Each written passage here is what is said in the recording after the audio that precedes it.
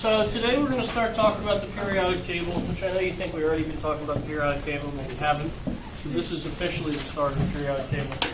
Before I get into it, I need to briefly put this up here, this octet rule, because it's going to affect when I talk about all the different atoms. The octet rule simply says that atoms gain or lose electrons until they have 8 valence electrons.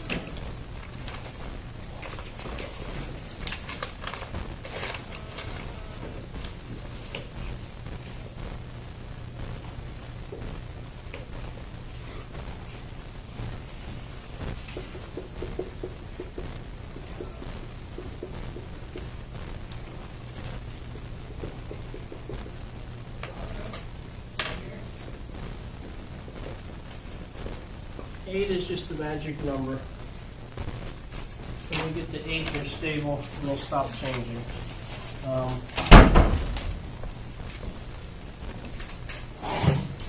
There are a few exceptions to this rule, but we don't need to know about that.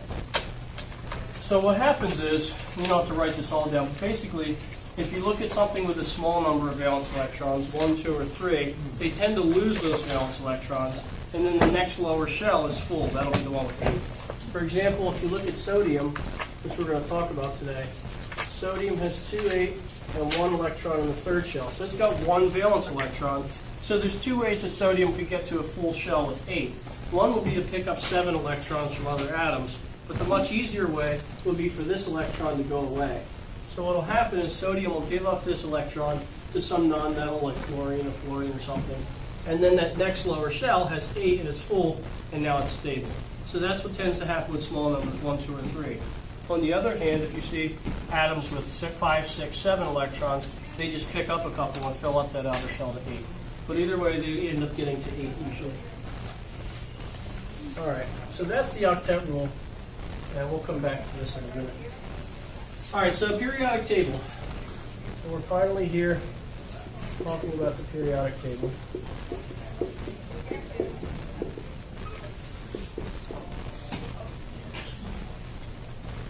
It's the 11th. First thing you should know is that most of the periodic table is made up of metals. All right, so the left and middle are metals. And if you open up your book to page, everybody should take a look at this, page 158, right before the usual periodic table we look at. What you'll see is this periodic table where most of it's colored in yellow. And all the yellow, those are all metals there. I'll show you on this one up here, in fact. So basically, these brown ones, these ones down here, these here, and the orange ones, everything from here over, these are all metals, except for hydrogen. It's always kind of hard to put hydrogen and helium where they're supposed to go. So basically about 75 or 80% of the periodic table are metals. And then the top right corner are the non-metals. So top right are non-metals.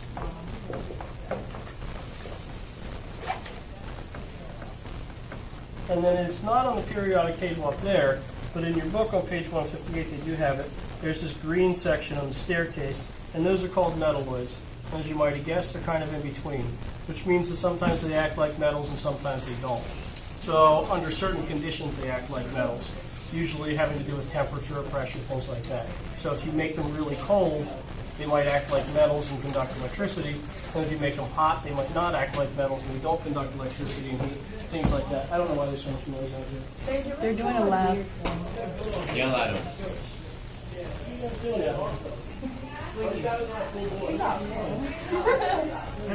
Shut up. I know, right?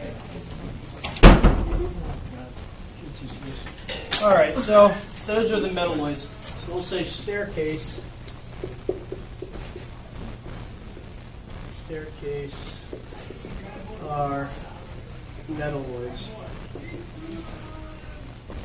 These are sometimes called semiconductors too, although the two don't necessarily mean the exact same thing. Depends on who you ask, I guess. All right. So that's the three basic breakdowns. And then after this, if you turn 2 pages over to the good periodic table, you see we broke them down into many more groups. Here's still our non-metals over here and our metalloids, but the metals especially are broken into several groups.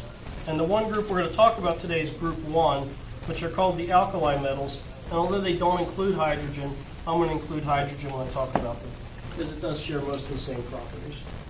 So let's do that. Alkali metals, right here, no, right here. Alkali metals. So the rest of the lesson today will only be group 1. Alkali metals. And we can put in parentheses and hydrogen. Some of these things are true about hydrogen and some won't. And if you want to list the alkali metals, aside from that, there's lithium, sodium, potassium, which is K, rubidium, francium, and cesium. Cesium comes first, doesn't matter. I don't care if they're cesium or francium. So those are the alkali metals. All right, so for these, first I'll give you physical properties.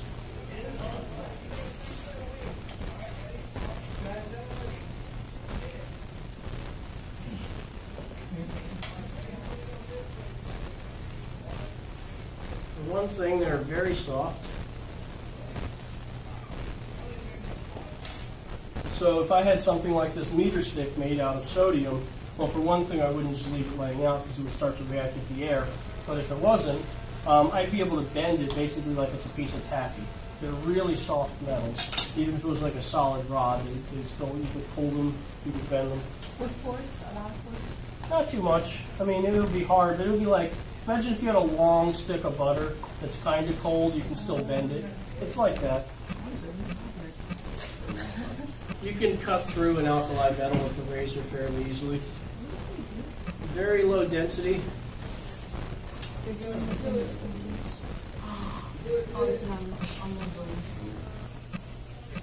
Was that the other one? I'm trying to be patient here. It's not easy. And metals, all metals, are usually shiny. So that's it for physical. Now let's talk about chemical properties. I'll try and write it over here. I don't know if I got enough space.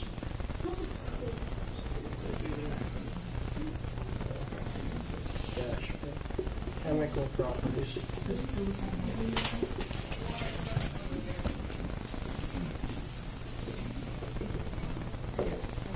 So these are obviously the ones we're more concerned with because this is chemistry.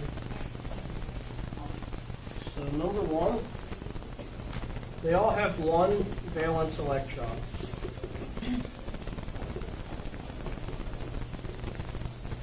And so this is kind of easy to remember because they're group 1 on the periodic table. In fact, this is the reason that they're group 1 on the periodic table. This is why we chose to put these ones above one another, because they all have one valence electron. And I'll draw a few of them for you just so you can see what they look like. So, hydrogen we know has one electron on Are we supposed to draw this? Yeah, you should draw this. I'll find the space. Termino. Please be quiet. Hey, can you guys keep going? There's hydrogen.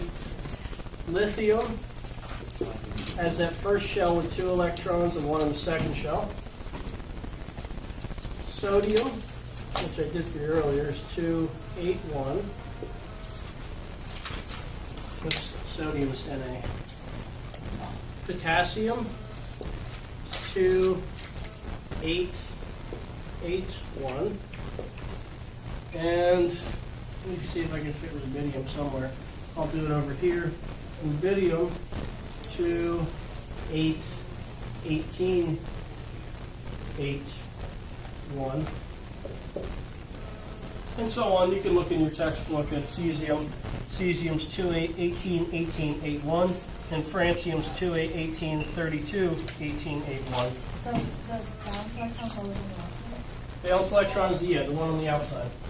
Right there. So for all these, we have one valence electron. And that's what makes them similar, right? That's why they all act the same. So they have one valence electron. They're very reactive.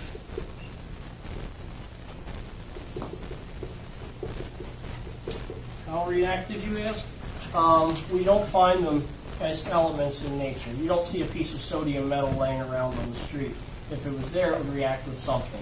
We see sodium chloride, salt that we eat, right? Because it reacted with chlorine and formed sodium chloride. We see sodium oxide, which is like an ash. You see things like that. But you won't see sodium or potassium metal just laying around. It'll react with something if it's laying around because they're extremely reactive. You're always going to find it in a compound.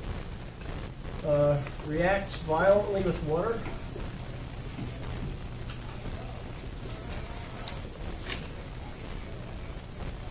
I found this one interesting. If we have time, I'll show this to you guys.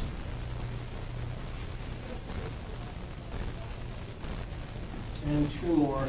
No, can I erase this? Does everybody have this? Yeah. Okay, good.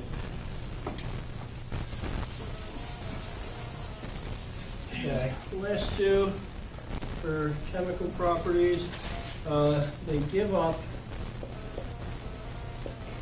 one electron, E minus is electron. Give up. They lose their one electron. This outer shell electron, whenever they react, they give that up. Like some other atom will take it. A chlorine atom, a fluorine, a bromine, an oxygen. Something that's a non-metal will react and take that electron away. And that's part of the octet ring, right? So then they go down to having 8 in the outer shell and 2 in the case of lithium. And then as part of what I just wrote here, they form ions with a +1 charge, which makes sense. If they lose an electron, they should have a +1 charge. This is one electron. And these, by the way, positive ions are called cations. You could put this in parentheses, cations. I figure here's a good place to bring that up. Cation is just an ion with a positive charge. If you ever forget that, I always write the T like a cross, and then you circle it. Look, it looks like a plus sign. Stupidest thing in the world, but that's how I remember cations are positive. Okay, that's the stuff. I'm going to give you a